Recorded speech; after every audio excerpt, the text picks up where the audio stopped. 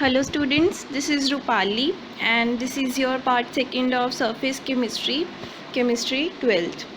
ठीक है जी, आपके फर्स्ट वीडियो में हमने थोड़ा बहुत इंट्रोडक्शन देखा था, थोड़ा सा देखा था कि एड्जॉर्प्शन और एब्जॉर्प्शन में बेसिकली डिफरेंस क्या होता है। ठीक है, आपका मेन टॉपिक यहाँ पर एड्जॉर्प्शन है तो उसी को लेकर आगे चलेंगे। ठीक है, लास्ट वीडियो में मैंने आपको बताया था कि एक्सर्शन क्या होता है। ठीक है, जब आप सॉलिड्स के ऊपर गैस को एब्जॉर्ब करवाते हो, ठीक है, उस प्रोसेस को क्या बोलते हैं, एक्सर्शन, और इसी को हम थोड़ा वाइडली स्टडी करते हैं। ठीक है, एब्जॉर्प्शन का बेसिकली जो एप्लीकेशन है ना वो इसी एरिया में ज़्यादा है, तो इसी को हम वाइडली स्टडी करेंगे। ठीक है, गैसेज ऑन सॉलिड्स को। जो आपका सॉलिड के ऊपर गैस एब्जॉर्ब होता है ना, वो कुछ फैक्टर्स के ऊपर डिपेंड करता है। कौन कौन से फैक्टर्स हैं? ये 6 फैक्टर्स हैं, इनको पढ़ेंगे अच्छे से। ठीक है, समझने की कोशिश करेंगे। इंटरेस्टिंग है ये, थोड़ा सा बस इसको आप इंटरेस्ट लेके पढ़ो। ठीक है, तो सबसे पहले आपका जो फैक्टर है वो है नेचर ऑफ गैस। आपकी गैस का नेचर कैसा होना चाहिए जिसने एब्जॉर्ब होना है। ठीक है, जो आपका एब्जॉर्बेट है उसका नेचर कैसा होना चाहिए।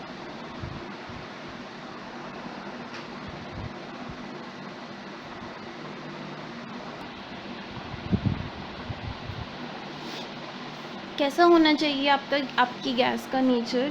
देखो, कहते हैं एड्जॉर्प्शन डिपेंड करता है नेचर ऑफ गैस के ऊपर। एड्जॉर्प्शन भी बेसिकली ना आपका 2 तरह का होता है, वो हम आगे पढ़ेंगे। एक होता है फिजिकल एड्जॉर्प्शन, ठीक है, एक होता है केमिकल एड्जॉर्प्शन। ठीक है, नेम ही उसका आपको बता रहे हैं। फिजिकल एड्जॉर्प्शन का क्या मतलब है कि जैसे ये आपका सरफेस है, ये आपका सरफेस है, ठीक है, ये आपका एड्जॉर्बेंट है। इसके ऊपर जो गैस आकर एड्जॉर्ब होगी ना वो फिज़िकली एड्जॉर्ब होगी, मतलब फिज़िकल कांटेक्ट होगा। जो फोर्सेस हैं, जो इन आपके एड्जॉर्बेट और एड्जॉर्बेंट में जो फोर्सेस होंगी वो क्या होंगी, आपकी लाइक वंडरवॉल फोर्सेस होंगी। ठीक है, कोई भी केमिकल बॉन्ड नहीं होगा। ठीक है, सिंपल इंटरेक्शन होगी, हाय हेलो होगी सिर्फ। ठीक है, कोई भी बॉन्ड क्रिएट नहीं होगा, कोई भी हम बोल सकते हैं हाँ जी, कोई भी बॉन्ड क्रिएट नहीं होगा वहाँ पर। क्लियर है। और केमिकल एड्जॉर्प्शन में क्या होगा, ठीक है, आपके एड्जॉर्बेंट के ऊपर जो एड्जॉर्बेट है वो आकर एक केमिकल बॉन्ड क्रिएट करेगा। ठीक है, उसको क्या बोलेंगे, केमिकल एड्जॉर्प्शन।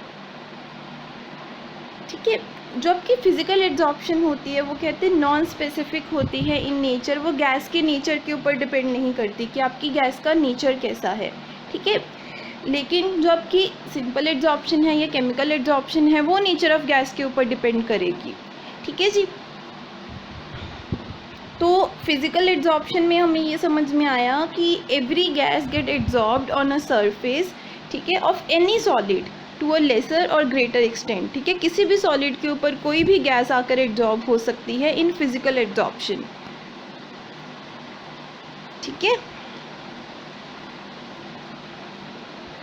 ठीक है, हाउएवर कहते however given conditions of temperature and pressure, अगर आपके पास एक टेम्परेचर और प्रेशर पर्टिकुलर गिवन है तो जो गैसेस इजीली लिक्विफाई हो जाएंगी। अब देखो, लिक्विफाइबल गैसेस कौन सी होती हैं, आपको पता है ना, गैसेस कौन सी स्टेट में होती हैं, वेपर स्टेट में। अगर आपको वेपर से लिक्विड स्टेट में आना है तो आप क्या करते हो, वहाँ पर उसका टेम्परेचर डिक्रीज़ करते हो। ठीक है, उन गैसेस का टेम्परेचर डिक्रीज़ करते हो और एक टेम्परेचर पर आकर आपकी जो गैसेस है वो किस फॉर्म में कन्वर्ट हो जाती हैं, लिक्विड फॉर्म में। उस टेम्परेचर को हम क्या बोलते हैं, आपका क्रिटिकल टेम्परेचर बोलते हैं। क्लियर है। तो उन्होंने बोला जो ईजिली लिक्विफाइबल गैसेस है जैसे CO2, HCl, NH3, Cl2, ये ज़्यादा ईजिली एब्जॉर्ब होंगी आपकी। ठीक है, कंपैरेटिव टू परमानेंट गैसेस। ठीक है, जो परमानेंट गैसेस हैं उनसे ज़्यादा ईजिली एब्जॉर्ब होंगी आपकी लिक्विफाइबल गैसेस। ठीक है, रिलेट भी कर सकते हो ना आप, जो लिक्विड है वो सॉलिड के ऊपर ज़्यादा ईजिली जाकर बैठेगा कंपैरेटिव टू गैसेस। ठीक है, क्रिटिकल टेम्परेचर मैंने आपको बताया। ठीक है, वो टेम्परेचर है जिसके ऊपर आपकी जो गैसेस है वो लिक्विड में कन्वर्ट हो जाए, या ठीक है वो एक मिनिमम टेम्परेचर है जिसके ऊपर आप गैस को लिक्विफाई नहीं कर सकते। समझ में आया। सपोज़ आपकी गैस जो है, मेरे पास मैं बोलूँ 20 डिग्री सेल्सियस के ऊपर है, मैंने बोला कि ये -10 डिग्री सेल्सियस के ऊपर जाकर क्या होंगी, लिक्विफाई होंगी, और ये उसका क्या है, ट्रांजिशन टेम्परेचर है। ठीक है, इस टेम्परेचर के ऊपर, मतलब मैं बोलूँ कि 5 डिग्री सेल्सियस के ऊपर, ठीक है, 5 डिग्री सेल्सियस के ऊपर आप गैस को लिक्विफाई नहीं कर सकते। जब तक आपका टेम्परेचर कम होकर -10 डिग्री सेल्सियस नहीं होगा, तब तक आप गैस को लिक्विफाई नहीं कर सकते। क्लियर है, एक मिनिमम टेम्परेचर है ये। इस टेम्परेचर के ऊपर जितने भी टेम्परेचर्स हैं, उन टेम्परेचर्स के ऊपर आप गैस को लिक्विफाई नहीं कर सकते। ठीक है, और जितना ज़्यादा आपका क्रिटिकल टेम्परेचर होगा, उतनी जल्दी आपकी गैस क्या होगी, लिक्विफाई। ये भी आप समझ सकते हो ना। अब मैं आपको बोलूँ कि आपको 10 डिग्री अटेन करना है, फिर मैं आपको बोलूँ 5 डिग्री अटेन करना है, फिर मैं आपको बोलूँ 0 डिग्री अटेन करना है, तो आपके लिए 10 डिग्री अटेन करना ज़्यादा इजी है ना। ठीक है, ये ज़्यादा है ना टेम्परेचर बाकी सबसे, तो higher the value of critical temperature, more easily the gas will get liquefied. ठीक है जी, तो यहाँ पर हमें ये समझ में आया कि अगर हम फिज़िकल एड्जॉर्प्शन की बात करेंगे तो आपकी जो गैसेस हैं जो ज़्यादा इजीली लिक्विफाई हो जाएंगी, ठीक है, वो ज़्यादा जल्दी क्या हो जाएंगी, एड्जॉर्ब हो जाएंगी। और केमिकल एड्जॉर्प्शन में मैंने क्या बोला, वो किसके ऊपर डिपेंड करेंगी, आपकी गैस के नेचर के ऊपर। क्लियर है। सेकेंड है आपका एड्जॉर्बेंट का नेचर कैसा होना चाहिए, जिसके ऊपर जाकर एड्जॉर्ब होना है। ठीक है, वो कैसा होना चाहिए। सपोज़ हमने यहाँ पर चारकोल की एग्जांपल ली है। अगर हम चारकोल को एक्टिवेट कर देंगे ना, मतलब उसका टेम्परेचर इंक्रीज़ कर दिया या उसकी कोई भी कंडीशन इंक्रीज़ करके, ठीक है, चेंज करके हमने उसको एक्टिवेट कर दिया, ठीक है, जो आपके एक्टिवेट एड्जॉर्बेंट्स होते हैं वो ज़्यादा ईजिली गैसेस को एड्जॉर्ब करते हैं। क्लियर है। आपके पास जो मेन एक्टिवेटेड एड्जॉर्बेंट है ना, वो वैसे चारकोल ही है, तो चारकोल के ही एग्जांपल लेते हैं मोस्ट ऑफ द केसेस में। ठीक है, जो आपका चारकोल है वो बहुत सारी पॉइजनस गैसेस को भी एड्जॉर्ब कर लेता है, इसीलिए इसको गैस मास्क की तरह भी यूज़ करते हैं हम। ठीक है, और आपकी गैसेस जो हैं वो फाइनली डिवाइडेड ट्रांजिशन मेटल्स जैसे निकल, कोबाल्ट, उसके ऊपर भी जाकर क्या हो जाती हैं, एड्जॉर्ब हो जाती है। नेचर ऑफ एड्जॉर्बेंट है, उसका नेचर है, ठीक है, उसके अकॉर्डिंग वो गैसेस को क्या करता है, एड्जॉर्ब करता है। क्लियर है। सरफेस एरिया, सरफेस एरिया तो आपको पता ही है, जितना ज़्यादा सरफेस एरिया होगा उतनी ज़्यादा गैस क्या होगी, एड्जॉर्ब होगी जाकर। ठीक है, वही बात कि अगर मेरे पास एक रूम है जिसमें सिर्फ 20 स्टूडेंट्स बैठ सकते हैं, वही मेरे पास एक रूम है जिसमें 100 स्टूडेंट्स बैठ सकते हैं। ठीक है, तो ज़्यादा स्टूडेंट्स तो वहीं बैठेंगे ना जहाँ पर 100 स्टूडेंट्स की स्पेस है, जहाँ पर सरफेस एरिया ज़्यादा है, वहाँ पर ही जाकर ज़्यादा स्टूडेंट्स बैठेंगे। सेम बात यहाँ पर है, जितना ज़्यादा आपका एरिया होगा, ठीक है, उतने ज़्यादा वहाँ पर आकर गैस मॉलिक्यूल्स बैठ सकते हैं। सरफेस एरिया आपका बेसिकली होता क्या है, it is a surface available for adsorption पर ग्राम ऑफ एड्जॉर्बेंट। ठीक है, मतलब कि अगर मेरा ये एड्जॉर्बेंट है और ये इसका कुछ 1 ग्राम है, ठीक है, इसके ऊपर आकर आपका कितना एड्जॉर्बेंट बैठ सकता है, that is your surface area of adsorbent. ठीक है, एक पर्टिकुलर एरिया में जाकर कितना आपका एड्जॉर्बेंट बैठ सकता है। तो ये आपको समझ में आया ना, जितना ज़्यादा सरफेस एरिया होगा उतनी ज़्यादा उसकी क्या होगी, एड्जॉर्बिंग कैपेसिटी होगी। ठीक है, सेकेंड इन्होंने क्या बोला कि अगर आपके पास पोरस और फाइनली डिवाइडेड एड्जॉर्बेंट्स हो ना, तो उसके ऊपर और भी ज़्यादा एड्जॉर्बेंट जाकर बैठ सकता है। कैसे, ये जो आपको मैंने पिक्चर शो किया ना, ये वाली पिक्चर, ठीक है, ये वाली, इसमें ये जो आपकी पिक्चर है ये आपको क्या दिखा रहा है कि इसमें आपके पास होल्स हैं। ठीक है, बेसिकली तो ये होल्स को ही क्या बोलते हैं, पोरस स्ट्रक्चर बोलते हैं। ठीक है, जो आपकी सरफेस मैं बोलूँ स्मूथ ना हो, थोड़ी रफ सरफेस हो, तो उसमें पोर्स होते हैं ना कहीं कहीं, ठीक है, खाली जगह होती है कहीं कहीं। ठीक है, तो वैसे वाले सरफेस के ऊपर जाकर आपका जो एड्जॉर्बेंट है वो ज़्यादा ईजिली, ज़्यादा अच्छे से बैठ सकता है। क्लियर है। इसकी एग्जांपल है चारकोल और सिलिका जेल। ये बहुत अच्छे एड्जॉर्बेंट्स होते हैं। क्यों? क्योंकि इनकी जो स्ट्रक्चर है वो हाईली पोरस होती है और इनका सरफेस एरिया भी काफ़ी अच्छा होता है। ठीक है, नेक्स्ट है आपका टेम्परेचर का क्या इफेक्ट पड़ेगा। टेम्परेचर का क्या इफेक्ट पड़ेगा, इन्होंने बोला कि देखो एड्जॉर्प्शन हमारे पास एक इक्विलिब्रियम है दो प्रोसेसेस के बीच में, एक तो है कंडेंसेशन, ठीक है, या हम बोलते हैं एड्जॉर्प्शन, एक है आपका डिसॉर्प्शन, ठीक है। आप इसको ऐसे समझो, आपके पास ये इक्विलिब्रियम है, ठीक है, अगर आप ऐसे मूव करोगे तो क्या होगा, एड्जॉर्प्शन होगी, ठीक है, गैस सॉलिड के ऊपर जाकर बैठ जाएगा, या हम उसको क्या बोल रहे हैं, कंडेंसेशन, ठीक है, गैस कंडेंस कर गई। क्लियर है। अगर हम इस डायरेक्शन में मूव करेंगे तो गैस क्या हो गई, इवेपोरेट हो गई, ठीक है, या क्या हो गया, डिसॉर्प्शन हो गया। क्लियर है। अब आपको पता है कि जो एड्जॉर्प्शन प्रोसेस है, एड्जॉर्प्शन क्या है, वो एक्सोथर्मिक है या एंडोथर्मिक है, लास्ट आपके टॉपिक में किया था ना, एड्जॉर्प्शन क्या है, एक्सोथर्मिक है। तो हीट क्या होगी, रिलीज होगी। इस डायरेक्शन में आपका प्रोसेस अगर एक्सोथर्मिक है तो इस डायरेक्शन में आपका प्रोसेस कैसा होगा, एंडोथर्मिक होगा। क्लियर है ना, हीट एब्जॉर्ब करेगा, ऑपोजिट डायरेक्शन में हीट एब्जॉर्ब करेगा तो क्या होगा, हमारा कंडेंसेशन, ठीक है। तो प्रोसेस ऑफ कंडेंसेशन आपका एक्सोथर्मिक है और इवेपोरेशन कैसा है, सॉरी, प्रोसेस ऑफ कंडेंसेशन आपका एक्सोथर्मिक है और प्रोसेस ऑफ इवेपोरेशन कैसा है, एंडोथर्मिक, ठीक है।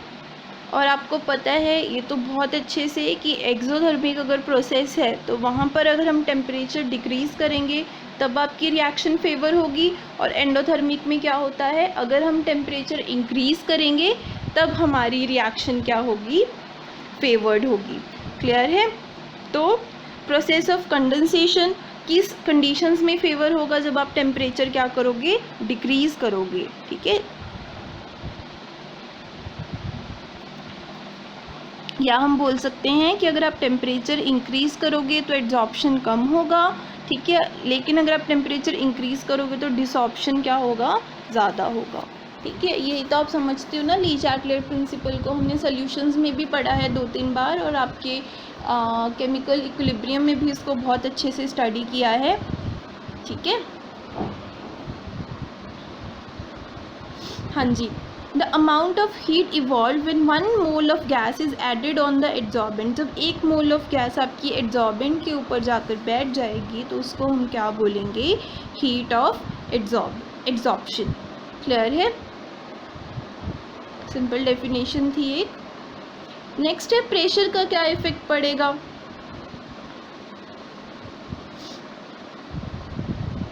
हाँ जी, किसी भी कांस्टेंट टेम्परेचर के ऊपर कहते हैं जैसे जैसे आप प्रेशर इंक्रीज़ करोगे ना गैस का, वैसे वैसे उसकी एड्जॉर्प्शन भी इंक्रीज़ होगी, ठीक है, समझ सकते हो ना। ये आपको पता है ना, हेनरीज लॉ में क्या पढ़ा था कि सॉल्युबिलिटी आपकी प्रेशर इंक्रीज़ करने से क्या होती है, इंक्रीज़ होती है। सेम ही केस यहाँ पर है कि एक अगर सॉलिड है उसके ऊपर अगर आप गैस का प्रेशर इंक्रीज़ करते जाओगे तो वो और ज़्यादा क्या होती जाएगी, एड्जॉर्ब होती जाएगी।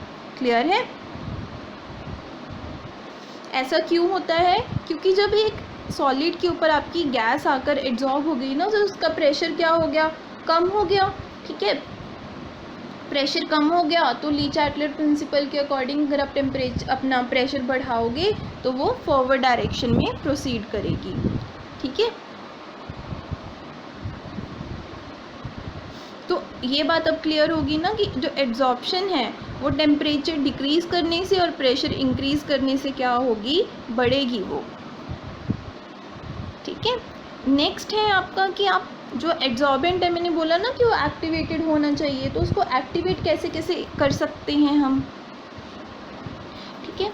तो उसको देखते हैं हम कैसे एक्टिवेट कर सकते हैं। एक्टिवेट करने से बेसिकली होगा क्या कि आपका रेट ऑफ एड्जॉर्प्शन बढ़ जाएगा, ज़्यादा इजीली और ज़्यादा फास्ट क्या होने लगेगी, एड्जॉर्प्शन होने लगेगी,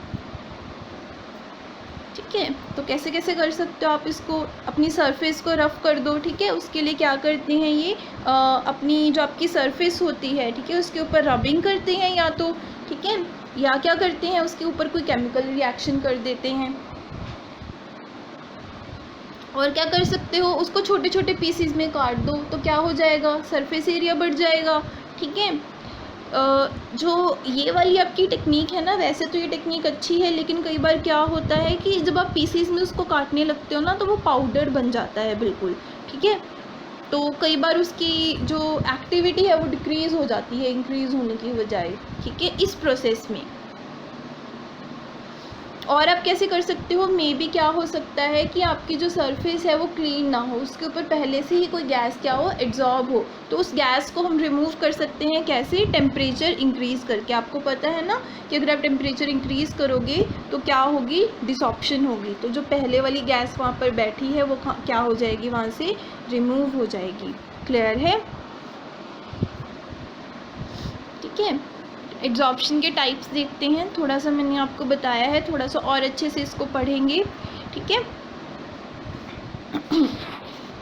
किस चीज़ के ऊपर हमने पहली बात तो एब्जॉर्प्शन को क्लासिफाई किया है या उसके टाइप्स बताए हैं कि आपकी एक सरफेस है, आपका जो एब्जॉर्बेंट है उसके ऊपर जो गैस आकर बैठेगी, ठीक है, उसका आपके एब्जॉर्प्शन, आपके हाँ जी, आपका जो एब्जॉर्बेंट है उसके ऊपर जो गैस आएगी या उसके ऊपर जो एब्जॉर्बेट आएगा, ठीक है, इन दोनों का बॉन्ड कैसा होगा, इन दोनों का रिलेशन कैसा होगा, ठीक है, इन दोनों की केमिस्ट्री कैसी होगी, उस बेसिस के ऊपर हमने एब्जॉर्प्शन के टाइप्स बताए हैं। क्या हैं, एक तो है आपका फिज़िकल एब्जॉर्प्शन और सेकंड आपका क्या है जी, केमिकल एब्जॉर्प्शन, ठीक है।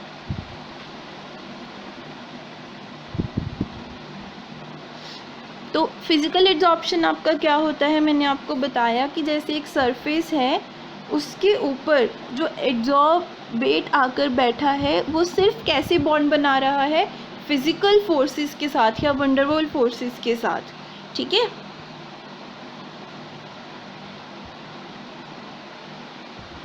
आपको पता है ये फोर्सेस बहुत वीक होती हैं, van der Waals forces are very weak, है ना, तो आप इसको बड़े इजीली ओवरकम कर सकते हो, इसका टेम्परेचर इंक्रीज़ कर दो या इसका प्रेशर डिक्रीज़ कर दो, ठीक है, रिवर्स कंडीशंस अप्लाई कर दो ना, टेम्परेचर बढ़ाओगे तो डिसॉप्शन हो जाएगी बड़े इजीली, या अगर आप प्रेशर डिक्रीज़ करोगे तो भी आपकी डिसॉप्शन हो जाएगी बड़े इजीली, ठीक है। तो फिज़िकल एब्जॉर्प्शन को आप बहुत ईजिली रिवर्स भी कर सकते हो और डिक्रीज़ भी कर सकते हो, ठीक है।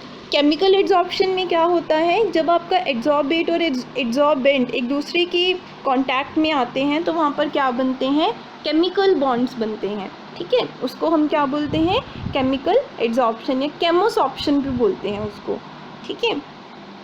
इसमें तो फोर्सेस बहुत अच्छी हैं आपकी, ठीक है। तो ये जो टाइप है ना ये इरिवर्सिबल है।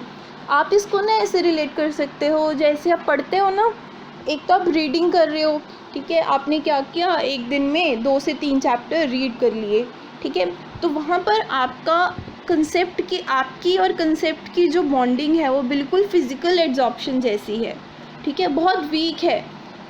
ऑब्वियसली जब आप नई चीज़ों को, ठीक है, फास्टली पढ़ने की कोशिश करते हो और कम टाइम में पढ़ने की कोशिश करते हो तो वो कंसेप्ट उतने अच्छे से बिल्ड नहीं हो पाता।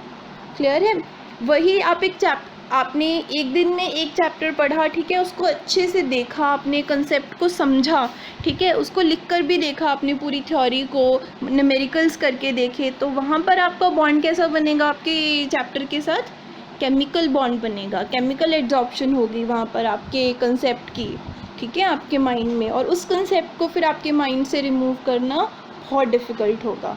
क्लियर है, थोड़ा सा और डीपली पढ़ने की कोशिश करते हैं आपके केमिकल एब्जॉर्प्शन और फिज़िकल एब्जॉर्प्शन को।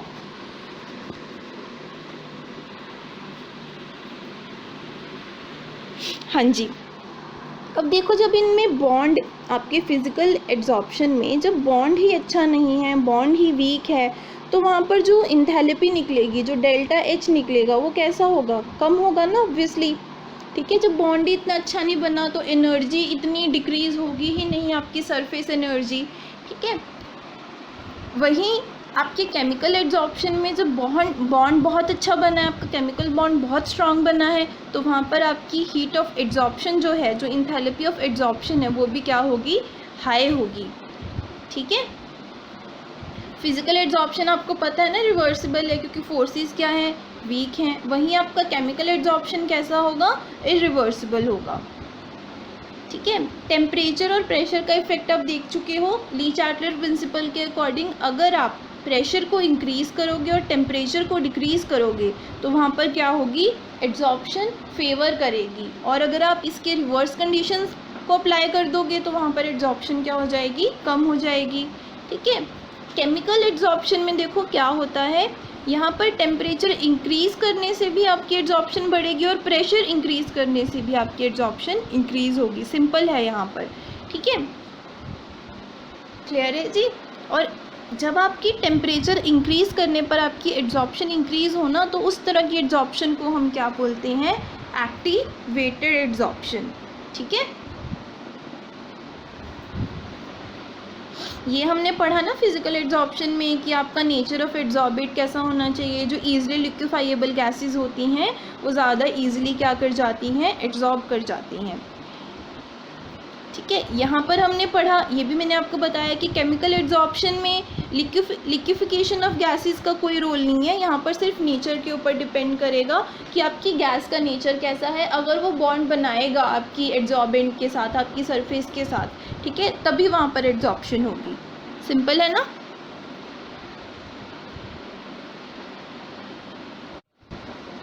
नेक्स्ट पॉइंट आपका क्या है, देखो आपका जो फिजिकल एड्जॉर्प्शन है ना वो स्पेसिफिक नहीं होता नेचर में। ठीक है, स्पेसिफिक नेचर वहाँ पर लैक करता है। ऐसा क्यों है, क्योंकि जब आपकी वंडरवॉल फोर्सेस क्या है, वीक है, वो यूनिवर्सल फोर्सेस होती हैं। हर मटेरियल में दूसरे मटेरियल के साथ कौन सी फोर्सेस होती हैं, वंडरवॉल फोर्सेस होती हैं। ठीक है, तो वहाँ पर कोई हम बोल सकते हैं कि ऐसा नहीं है कि गैस का नेचर स्पेसिफिक होना चाहिए या आपका एड्जॉर्बेंट स्पेसिफिक होना चाहिए। कैसा भी सॉलिड कैसी भी गैसेस को क्या कर लेगा, एड्जॉर्ब कर लेगा। ठीक है, लेकिन केमिकल एड्जॉर्प्शन में ऐसा बिल्कुल भी नहीं होता। हाई सिलेक्टिविटी होती है, वहाँ पर स्पेसिफिक होते हैं वो नेचर में। अगर आपका गैस और आपका सॉलिड, ठीक है, केमिकल बॉन्ड बनाएगा तभी वहाँ पर क्या होगी, एड्जॉर्प्शन होगी। ठीक है, वो आपके नेचर ऑफ गैस के ऊपर भी डिपेंड करेगा और सॉलिड के नेचर के ऊपर, मतलब एड्जॉर्बेंट के नेचर के ऊपर भी क्या करेगा, डिपेंड करेगा। ठीक है, नेक्स्ट है आपका सरफेस एरिया। वो तो आपको पता ही है, दोनों केसेस में सेम होगा कि जितना ज़्यादा सरफेस एरिया है उतनी ज़्यादा क्या होगी, आपकी एड्जॉर्प्शन होगी। ठीक है, फिजिकल एड्जॉर्प्शन है, ठीक है, फोर्सेस पहले ही वीक है। वीक फोर्सेस बनाने के लिए आपको एक्टिवेशन एनर्जी क्या है, कम देनी होगी। लेकिन केमिकल एड्जॉर्प्शन में आपको एक्टिवेशन एनर्जी क्या देनी होगी, ज़्यादा देनी होगी।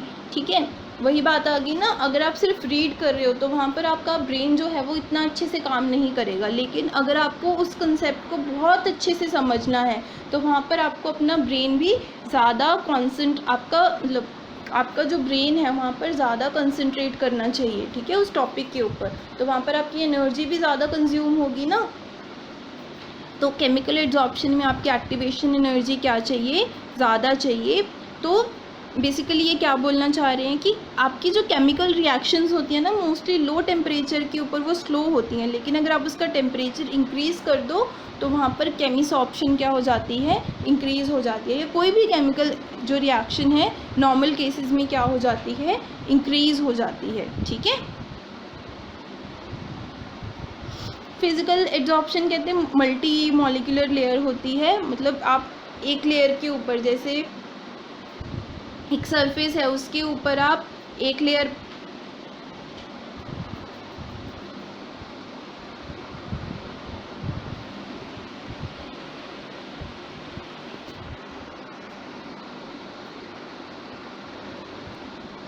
हाँ जी, जैसे आपकी ये एक सरफेस है, इसके ऊपर एक लेयर है।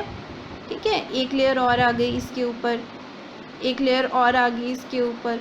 ऐसे करके क्या हो सकती है, गैस आपकी एड्जॉर्ब हो सकती है किसी भी सॉलिड के ऊपर। क्यों, क्योंकि वंडरवॉल फोर्सेस है, वहाँ पर कौन सा केमिकल बॉन्ड बनना है तो कितनी भी लेयर्स वो बना सकता है। ठीक है, लेकिन आपका केमिकल सॉर्प्शन, आपका जो केमिकल एड्जॉर्प्शन है वहाँ पर क्या होगा जी, वहाँ पर मोनो मॉलिक्यूलर लेयर बनेगी, एक ही लेयर बनेगी। क्योंकि एक बार जब केमिकल बॉन्ड बन गया आपकी सरफेस के साथ, ठीक है, वहाँ पर और मतलब हम बोल सकते हैं ऊपर गैसेस एब्जॉर्ब नहीं हो सकती और मॉलिक्यूल्स एब्जॉर्ब नहीं हो सकते। जब एक बार पूरी सरफेस के ऊपर केमिकल बॉन्ड बन गया तो पूरी सरफेस आपकी क्या हो गई, वहाँ पर बिजी हो गई और वहाँ पर और बॉन्ड नहीं बन सकता। ठीक है, इसी को मैंने यहाँ पर पॉइंट्स की फॉर्म में लिखा है, ठीक है। बिल्कुल सेम वही वाले पॉइंट्स हैं, उन्हीं को इसमें लिखा है, ठीक है। आप इनको पढ़ो अच्छे से। अगर आपको डिफरेंस आए तो आप इसको ऐसे रिलेट कर सकते हो। अगर आपको डेफिनेशन पूछ के कैरेक्टरिस्टिक्स पूछे जाएं तो आपको जो प्रीवियस मैंने बताया आप वैसे रिलेट कर सकते हो, ठीक है। तो ये कुछ पॉइंट्स हैं, ये देखो यहाँ पर मल्टी मॉलिक्यूलर लेयर बनी हुई है और यहाँ पर मोनो लेयर बनी हुई है, ठीक है जी। तो यहाँ पर आपके टाइप्स ऑफ एड्जॉर्प्शन कंप्लीट हो गए, ठीक है। यहाँ तक आप अपना टॉपिक कंप्लीट करो। अगर आपको कोई भी क्वेरी है अपने इस टॉपिक के रिलेटेड तो आप मेरे से कमेंट सेक्शन में पूछ सकते हो, या जो नंबर दिया हुआ है और ईमेल आईडी दी हुई है उसके ऊपर भी आप मेरे से कांटेक्ट कर सकते हो, ठीक है जी।